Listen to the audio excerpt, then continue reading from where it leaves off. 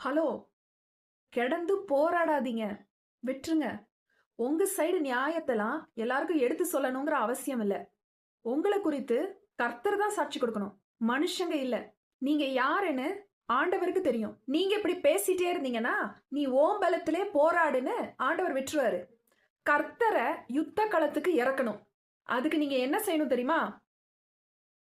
அமைதியா இருக்கணும். யாத்ராகமும் 14:14 என்ன சொல்லுது? கர்த்தர் உங்களுக்காக யுத்தம் பண்ணுவார், நீங்கள் சும்மா இருப்பீர்கள். நீங்க சும்மா இருந்தாதான் கர்த்தர் யுத்தம் பண்ண முடியும். சும்மா இருக்கிறது கஷ்டம்தான். ஆனா சும்மா இருந்து பாருங்க, கர்த்தரே யுத்த காலத்துல இறங்குவார். சங்கீதம் 39 1வது வசனத்தை எடுத்து வாசித்து பாருங்க. என் நாவினால் பாவம் செய்யாதபடிக்கு என் வழிகளை காத்து துன்மார்க்கன் எனக்கு முன்பாக இருக்கு மட்டும் என் வாயை கடிவாளத்தால் அடக்கி வைப்பேன்னு தாவீது ராஜாவே சொல்றாரு. உங்க வெற்றிக்கு ஒரே வழி எது தெரியுமா? அமைதியா இருப்பதுதான். கர்த்தர் பார்த்துக்கொள்வார்.